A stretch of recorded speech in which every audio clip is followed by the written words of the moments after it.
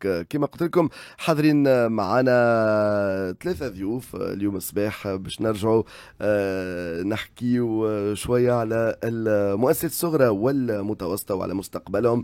هذا يكون في قلب نوفو بروغرام كي فيز بوستي لا كومبيتيتيفيتي نتاعهم اي لور اكسي ا ليكسبورتاسيون. باش نحكيو زاد اكيد ديكاربوناسيون، باش نحكيو على بعض التحديات ولكن كيفاش حولوها الى فرص، وهذا يكون بدعم من اون ليني برينسيبالمون دو فينانسمون. باش نحكيو على الاطراف المتدخله في الموضوع هذا الكل. خلينا نبدا على يميني ماركو ستيلا، شيف دو سيكسيون ديفلوبمون ايكونوميك à la délégation de l'Union européenne في تونس. Bonjour. Bonjour à vous. Merci d'accepter l'invitation. بحثي نلقاو السيد محمد قوبعة مدير عام لي بي سي. مرحبا بك. مرحبا بكم. وعلى يساري بنوني دونك اختار انه يواجههم. Je dis sur ma gauche, il a choisi de les confronter, enfin entre guillemets de leur faire face, on va dire. Jean-Luc Rivero, donc ممثل البنك الأوروبي للاستثمار في تونس. Merci d'accepter l'invitation. Bonjour, merci pour l'invitation. Alors, pourquoi ces trois parties prenantes, vous allez comprendre tout de suite. On va pas tarder à comprendre. Tiens, je vais commencer avec vous, pratiquement dans le même ordre, Marco Stella. Alors, je disais, c'est un programme sur la compétitivité, sur des entreprises et puis des PME, hein, surtout, et améliorer donc comment travailler sur leurs exportations. J'ai dit qu'il y a des challenges aussi comme la décarbonation, etc. On va y revenir. Alors, tout simplement, pourquoi vous faites cela? Voilà. Donc, merci encore une fois pour l'invitation. Bonjour à tous les auditrices et tous les auditeurs. Et merci pour cette question des débuts. Donc, d'abord, je pense qu'il faut dire que l'Union européenne est un partenaire à la fois politique, technique et financière de la Tunisie. Et donc, nous travaillons avec plusieurs acteurs tunisiens, à la fois les gouvernements, les institutions de l'État, la société civile et bien sûr les secteurs privés. Et quand on parle du secteur privé, on parle de l'industrie, donc on travaille pour la modernisation industrielle, on parle des startups et d'entrepreneuriat innovants, et on parle aussi, effectivement, on arrive sur le bout des sujets, de petites et moyennes entreprises. Pourquoi les petites et moyennes entreprises? Parce que elles représentent 90% du tissu entrepreneurial tunisien. Elles emploient des milliers et des milliers de Tunisiennes, y compris des femmes, y compris des jeunes. Ils ont un énorme potentiel et c'est quelque chose que nous on voit tous les fois qu'on a l'opportunité pas seulement de travailler avec les acteurs sur les grandes villes, mais aussi dans les régions. Et ils ont ce potentiel pas exploité. Et donc, à travers ces programmes et ces projets, on veut effectivement essayer d'élever, augmenter l'échelle à niveau local et à niveau international des PME tunisiennes pour les permettre effectivement de valoriser leur ajout. Très bien. Alors, peut-être donc voilà, ça c'est pour l'importance que ce soit les PME. Peut-être je pourrais passer juste en face de vous. Alors, le rôle de la BEI dans cela, comment ça se complète, et j'ai limite envie de reposer pratiquement la même question. C'est pourquoi vous le faites, quel intérêt pour les PME, comme l'expliquait Marco Stella? Bon, d'une manière générale, la Banque européenne d'investissement, c'est le bras financier de l'Union européenne. C'est-à-dire que quand on met en œuvre un programme européen dans un pays, quel qu'il soit, que ce soit dans l'Union européenne ou ici en Tunisie, la BEI est l'outil qui va permettre de mettre en œuvre ce programme sur le plan financier. Donc là, bien évidemment, en ce qui concerne les PME, il y a plusieurs mesures qu'on peut prendre, mais il y a une mesure essentielle, c'est de faciliter l'accès au financement. On sait que l'une des principales difficultés rencontrées par les PME, outre l'instabilité du cadre juridique et fiscal, outre la concurrence du secteur informel sur lequel nous, on ne peut pas agir, c'est d'une part le manque d'accès au financement, et là on peut faire quelque chose, les mesures d'accompagnement pour permettre une meilleure intégration dans les chaînes de valeur, par exemple, et permettre des exportations, et améliorer l'infrastructure du pays. Et ça, on y travaille aussi séparément avec le secteur public pour améliorer la connectivité, les transports, l'énergie, etc. Là, ce qui nous intéresse aujourd'hui, c'est l'accès au financement. Donc, comment améliorer l'accès des PME au financement bancaire en particulier? Il y a d'autres sources de financement sur lesquelles on pourrait revenir, notamment le private equity, le renforcement des fonds propres. Mais là, l'initiative qui nous intéresse ce matin, c'est une initiative qui va permettre à un partenaire bancaire, en l'occurrence le BCI, d'accroître son soutien aux PME du pays. Très bien. Alors, je vais rebondir juste sur le mot initiative. Je vais revenir vers vous, Marco Stella. Alors, tout ça, enfin, est-ce que c'est une opération ponctuelle sur un aspect ou est-ce que ça s'inscrit dans toute une stratégie? Est-ce qu'il y a d'autres initiatives qui compléteraient ce dispositif? Voilà, je sais qu'il y a pas mal de choses que vous faites qui gravitent autour du soutien et de l'appui à la PME. Effectivement, cet appui à la PME, c'est pas un appui nouveau. C'est nouveau, je dirais, la méthodologie et les partenariats qu'on a avec une banque tunisienne via notre banque européenne, donc la Banque européenne des investissements. Mais l'appui au PME est un appui bien plus large. Au niveau des équipes Europe, donc des partenariats de l'Union européenne avec les différentes institutions financières européennes, nous travaillons avec une assistance technique pour renforcer l'internationalisation de certains PMO.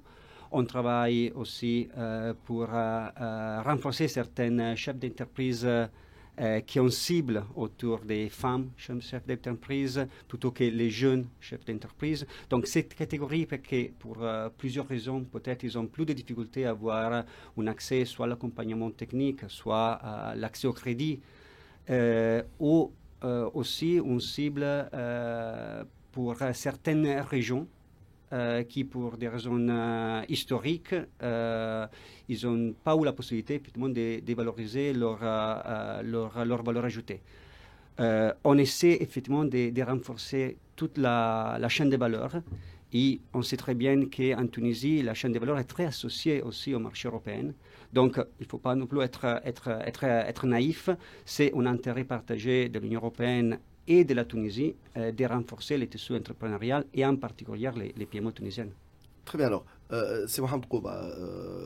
À l'UBCI, bon, on gravite depuis tout à l'heure sur le rôle que jouerait l'UBCI. Justement, j'aimerais bien savoir un petit peu plus. Et comment vous inscrivez justement dans ce programme de compétitivité et d'exportation, vous, en tant que banque? Alors tout d'abord, avant peut-être de répondre à la question, moi je souhaite saluer le retour des bailleurs de fonds en Tunisie. Il y a un petit moment où, quand je suis arrivé en 2021, on a vu qu'il y a une sorte d'attente, où il y a une sorte on va dire de fin de programme qui vient de reprendre. Donc on doit saluer ce retour, marqué par le retour de la BUI, mais aussi d'autres bailleurs de fonds comme la Bird ou comme ProParco, etc. Je pense que j'en citerai, ou la Banque mondiale. Et ça, c'est un point important. Donc, un grand merci tout d'abord à la BUI, à l'Union européenne, aux autres bailleurs de fonds de ce retour qu'on espère prospérer, augmenter, même si on est sur des niveaux largement inférieurs de ce qu'on avait l'habitude de l'avoir. Mais c'est un retour qu'il va falloir le saluer. Le saluer pour plusieurs points. Tout d'abord pour ce retour-là, mais aussi le travail qui a été fait au préalable. On a commencé il y a 2 ans à peu près, ou voire plus, de travailler comment faire. Et ça, effectivement, il y a pas mal de particularités. Tout d'abord, le mode de financement, parce qu'on passe par la Banque centrale. Et ça, c'est un point très important, parce que déjà, c'est un montage qui est inédit. Je crois qu'on l'a fait avant, mais ça donne un avantage majeur, c'est quand quelque part on passe plus par un mécanisme de couverture aujourd'hui qu'il est un peu agonisant, parce que c'est un modèle qu'on a créé dans les années 70 via le fonds de péréquation et qui ça pose problème aujourd'hui. Et c'est un handicap justement à notre capacité, et donc vous questionnez c'est quoi le rôle de l'UBCI et le système bancaire, c'est être capable de réceptionner toutes ces aides-là. Parce que je pense que les programmes ne manquent pas, aussi bien l'Union européenne que chez les bailleurs de fonds, mais c'est à nous d'être capables de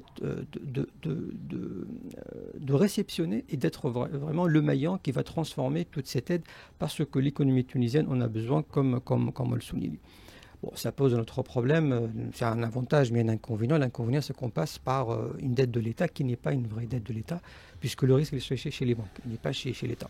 C'est nous qui payons, enfin on a le risque, il est porté exclusivement par les banques, sauf le risque de l'État, c'est sauf une banque fait faillite. Mais bon, vous avez vu avec l'AFD comme quoi il y a un programme, ça fait partie d'un grand programme. qui a été initié par la Banque centrale il y a 2 ans ou 3 ans, je pense, que je remercie, pour tout d'abord l'architecture qui a été donnée, le montage financier qui est donné, mais aussi de travailler en forte collaboration avec les bailleurs de fonds. Notre rôle, nous, UBC et les banques, je pense, derrière, c'est d'être capable de transformer cette aide en une réalisation réelle sur le terrain. Et ce lien terrain-financement. Exactement. Mais au-delà, j'ai envie de dire, mais aussi une façon de faire. Tout à l'heure, Marco insiste sur le fait qu'il y a une chaîne de valeur qu'il va falloir développer. Et ça apporte, on va dire, une fausse note, j'ai envie de dire, dans le débat actuel sur le financement des entreprises. Et on a l'impression que le seul problème qui manque pour la PME, c'est le financement. Alors tout d'abord, quel financement? Moi, je me pose la question entre crédits. Jean-Luc a souligné un point très important sur les fonds propres. Nous savons très bien que la capitalisation des entreprises globalement en Tunisie, elle est trop faible. Et donc, nous avons un réel problème. En termes de financement, je ne pense pas que c'est l'alpha ou l'oméga du problème. Oui, effectivement, c'est un geste fort. Et dès le premier jour, quand on a vu l'équipe de la BIE, on leur a dit, effectivement, peut-être que la PME a besoin de plus que ça. Sur votre plateau, si Wassim, vous avez évoqué, et je vous remercie pour ça, faire des débats sur la PME. Je pense que la PME a besoin de plus que ça. A besoin certainement de financement, mais quel type de financement? Je pense qu'elle a besoin aussi d'accompagnement sur plusieurs choses. Moi, je me permets de donner juste un chiffre. Le fait que le NPL dans la PME tunisienne est de 26% montre bien qu'il y a quelque part qui ne tourne par an, aussi bien chez la PME que nous, chez nous les banques, pour comment gérer. Et je pense que ce thème de décarbonisation et le levier, j'ai envie de dire, de l'économie de transition, moi je pense que c'est un élément majeur qui va nous permettre justement de s'attaquer à plusieurs sujets.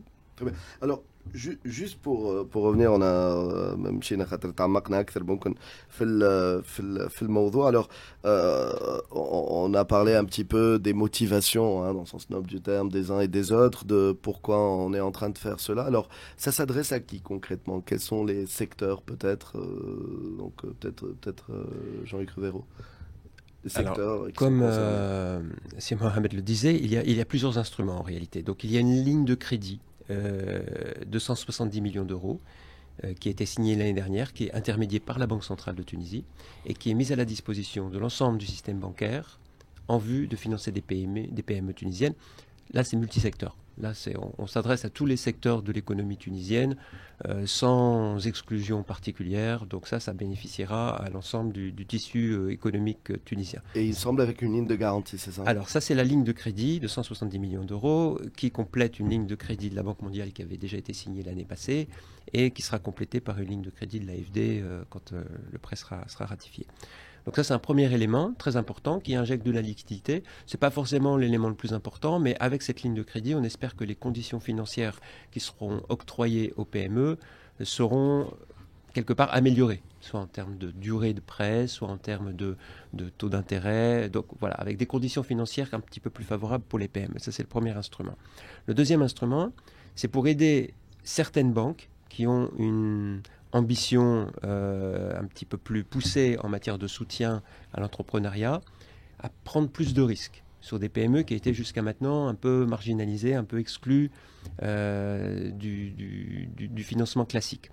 Donc ça, c'est une ligne de garantie que l'on a mis en place grâce à un financement de l'Union européenne à hauteur de 8 millions d'euros. Donc elle va nous permettre de travailler avec 2 banques, dont l'UBCI, et de partager avec ces 2 banques le risque sur des PME qui sont, encore une fois, pas forcément éligibles à des financements classiques, mais qui ont un potentiel de développement, de création d'emplois qui est avéré. Parce qu'il ne s'agit pas de financer ou de refinancer des sociétés moribondes.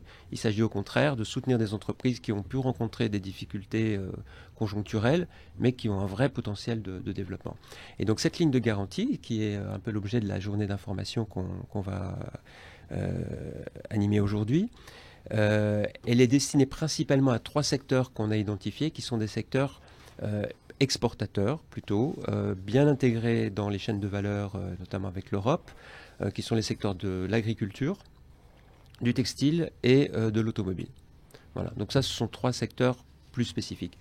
Et en plus donc, de cette ligne de financement et de cette ligne de garantie, il y a des mesures d'accompagnement sur lesquelles on pourra revenir. C'est de l'assistance technique pour pouvoir permettre à ces PME à la fois de mieux préparer leur dossier de demande de financement, donc voilà, présenter des dossiers bancables pour faciliter l'examen de ces dossiers par les banques, mais aussi de les accompagner dans effectivement la transition énergétique, les aider à verdir un peu leur processus de production, et in fine de pouvoir exporter vers l'Europe sans s'acquitter de la taxe carbone aux frontières. Justement, et ça c'est une question essentielle. Alors en parlant d'accompagnement, je me tourne vers vous, Marco Stella, sur cet aspect accompagnement, il y a un rôle également et un intérêt bien évidemment pour l'Union européenne dans ce programme de compétitivité et d'export. Tout à fait. Et juste pour complémenter ce que Jean-Luc vient de mentionner, ici effectivement il s'agit d'un mixage. Il y a un composant de prêts et il y a un composant de dons. Cette composant de dons est fournie par l'Union européenne. L'Union européenne reste une des uniques bailleurs de fonds qui continuent à fournir des dons à la fois à l'État tunisien pour mener de l'avant certaines initiatives et des réformes qui peuvent potentiellement aussi améliorer ou renforcer les climats des affaires, mais aussi fournir des dons via nos partenaires et en particulier via la BOI, qui peut permettre effectivement d'améliorer certains termes de prêts qui après à cascade vont améliorer les conditions que les banques commerciales peuvent fournir aux petites et moyennes entreprises. Et bien sûr, bien que c'est vrai que l'accès au crédit n'est pas clairement l'unique et peut-être n'est pas le principal défi, l'accès au financement reste dans tous les pays un élément très important pour la croissance des petites et moyennes entreprises. En particulier, celles-là, comme en Tunisie, qui sont composées principalement par des jeunes ou qui sont en train de se développer en principe dans les régions du pays où il y a au moins des possibilités et que donc maintenant, ils ont un potentiel énorme de développement. J'étais récemment à Gafsa avec le ministre du Tourisme. On a eu la possibilité d'échanger avec plusieurs jeunes entrepreneurs là-bas et effectivement, les potentiels aussi dans cette région, au-delà des grands sujets des phosphates, est énorme. La proximité entre la Tunisie et l'Union européenne reste une valeur ajoutée à exploiter pour les deux parties. Et donc, c'est pour cela que l'Union européenne reste engagée avec la Tunisie pour renforcer effectivement les petites et moyennes entreprises tunisiennes. Et tout simplement, ça me permet de rebondir avec vous, c'est Mohamed Kouba. Et comment on bénéficie alors ? Alors, bénéficier de tout ça, c'est comme je disais tout à l'heure, c'est être prêt à accompagner ces beaux programmes.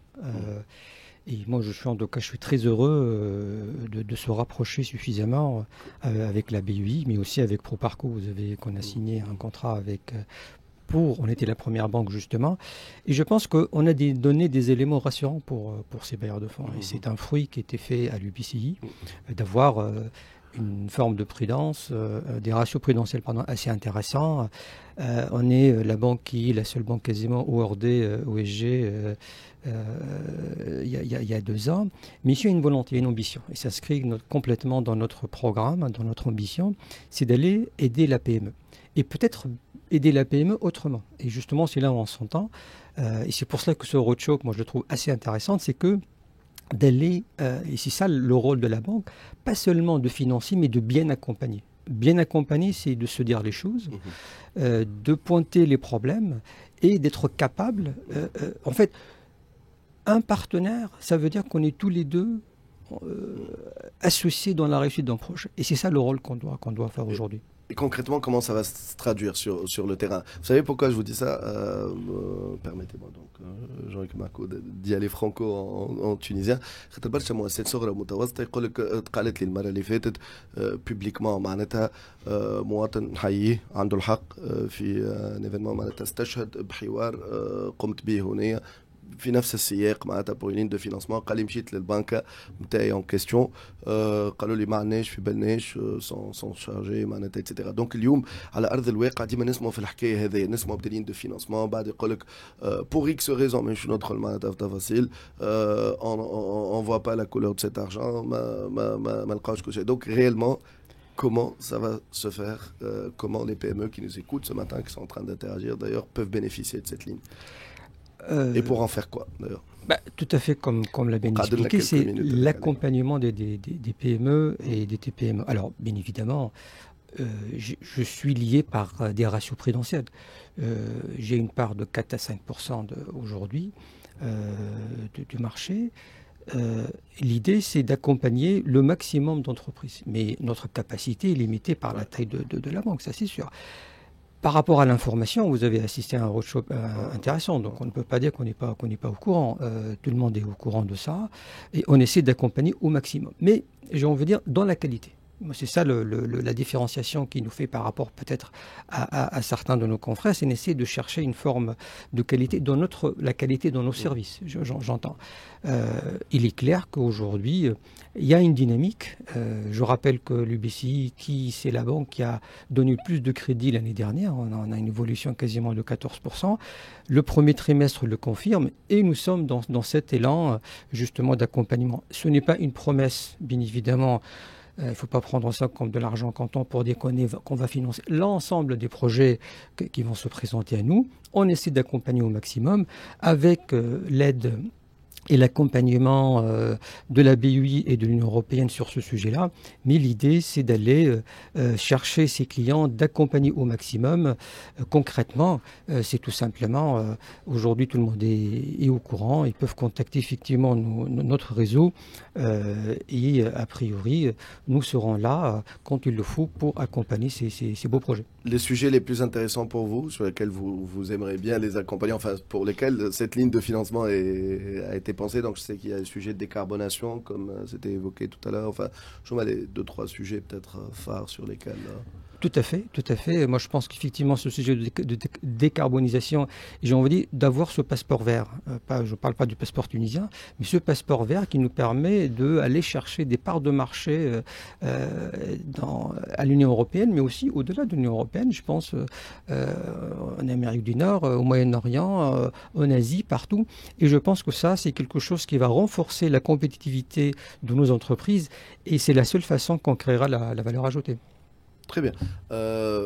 Décarbonation, bon, principalement les secteurs, ça a été cité. Est-ce qu'on fait un dernier tour de table peut-être pour voir s'il y a des éléments qui m'auraient échappé enfin, dans les questions? Je sais que c'est pas évident toujours avec un temps qui est un petit peu limité et surtout des auditeurs un petit peu assoiffés d'informations sur cette question. On va peut-être commencer de votre côté, Marco Stella. Alors, pour vous, qu'est-ce qui ferait que ce programme puisse être une réussite?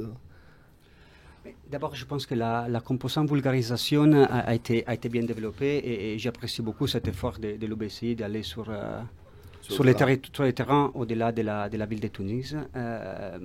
Parfois, effectivement, c'est plus facile d'avoir comme bénéficiaires des bénéficiaires plus classiques, bien cadrés dans le contexte de la capitale. Ici, je pense qu'il a été très important de pouvoir passer le message que via les différentes filiales de l'UBCI, il est évidemment possible d'appliquer pour cette opportunité. De l'autre côté, je pense que l'Union européenne continue à travailler sur 360 grades avec l'État tunisien, y compris le gouvernement, pour renforcer les climats des investissements. Je pense que ça, c'est aussi un win-win à la fois pour les institutions de l'État, les PME, les secteurs financiers, mais aussi pour l'Union européenne. Et donc, il y a aussi cet aspect des policies qui peut-être on peut développer dans une prochaine interview. Jean-Luc Rivero. Oui, non, juste pour effectivement confirmer ce que disait Si Mohamed en termes de sélection vers la qualité. C'est-à-dire que cette opération, elle n'a pas pour but, encore une fois, de sauver des entreprises moribondes et d'aider les banques à nettoyer leur bilan. C'est pas ça. Là, on est vraiment dans une phase effectivement, Mohamed parlait de retour des bailleurs. Voilà. C'est un retour des bailleurs en faveur des PME, parce qu'effectivement les bailleurs n'ont jamais déserté la Tunisie, mais en tout cas c'est vrai que les actions en faveur des PME étaient plutôt rares ces dernières années. Là il y a une mobilisation assez forte, encore une fois, de la Banque mondiale, de l'AFD, de Proparco, de la BEI, de la Bird. On est à un peu plus d'1,4 milliard dinars qui est mis sur la table aujourd'hui pour soutenir les PME. Donc là, on est effectivement à la recherche de PME qui ont envie d'investir. On ne va pas financer de la restructuration de dette, on ne va pas financer juste des besoins en fonds de roulement ponctuels. On est dans une dimension d'investissement, de création d'emplois et de montée en gamme. L'idée, c'est effectivement d'accompagner les sociétés à se verdir et aussi à valoriser davantage leurs produits. C'est Mohamed Kouba, directeur général de l'UBCI. Si je devais vous donner le challenge de nous faire dresser un portrait robot en 30 secondes du bénéficiaire type un petit peu de ce financement. Alors, c'est difficile de répondre exactement à cette question. C'est de dire, voici 3 secteurs, voici 2-3 critères essentiels, c'est ça. Enfin, je pense qu'il faut libérer le débat sur le financement des entreprises. Vous n'avez pas bien dire la semaine prochaine, on compte recevoir un expert de votre côté d'ailleurs pour développer, parce qu'il n'y a pas que cette ligne-là, on va parler de plus. Exactement, parce que je pense qu'on s'est complètement piégé par un débat monocolore qui consiste à dire ce qui manque en Tunisie, c'est le financement et on s'arrête là. Alors, tout d'abord, financement, il faut préciser lequel. Je reviens à ce que disait Jean-Luc tout à l'heure. Les fonds propres, c'est un élément essentiel en Tunisie. Nous avons un problème énorme de capitalisation dû, et je le dis, dû à un manque d'épargne extraordinaire. Nous avons un problème d'épargne qui a empêché le pays d'avoir un capital, et donc nous avons un manque de capitalisation chez nos entreprises. C'est la première chose. De secondo, un problème de financement, on est là. La BICI on a montré quand on le souhaite, on peut, mais dans la qualité. Et c'est ça notre rôle, c'est l'accompagnement, être un partenaire, un vrai partenaire. C'est quand on dit les choses franchement, quand on dit à une entreprise, il vous manque telle chose, que vous avez des déséquilibres par-ci et que vous avez peut-être mal programmé votre programme et votre projet. Et je pense, ce programme-là, on va dire la particularité d'allier 2 points très importants, c'est financement et qualité. Moi, je pense qu'on peut dire c'est le mot-clé de la réussite de ce programme. Donc, alliant financement et qualité. شكرا لك يعطيك الصحة. الأسبوع الجاي باش نرجعوا نحكيو معكم على كل ما متوفر، خاطر يظهر لي فما 6 لين دو كريدي معكم وفما 2 لين دو غارانتي تنرجعوا نحكيو عليهم الأسبوع الجاي. شكرا لك. شكرا. يعطيك الصحة. سي محمد قوبا مدير عام الUBCI اللي كنت معنا اليوم صباح. جون لوك ريفيرو ممثل البنك الأوروبي للاستثمار في تونس. On aura bientôt certainement une interview très importante. C'est peut-être avec plaisir aussi. Vous me voyez venir? Absolument. Une interview qui clôturerait peut-être ce passage, parce que vous quitterez ces fonctions bientôt, donc on va certainement on va pas le faire aujourd'hui, vous êtes encore là pour un petit mois, 3 mois, enfin moi vous voyez, on comptait pas l'été parce qu'on va changer de grille un peu, mais moi j'y serai en tout cas en juillet, donc c'est quand vous voulez. Voilà, Marco Stella, merci beaucoup encore une fois, donc chef de la section développement économique à la délégation de l'Union européenne en Tunisie. Merci à vous. فاصل مع أخبار صفي محرر، راجعين بعد شوية مع نائب رئيس لجنة المالية بمجلس نواب الشعب.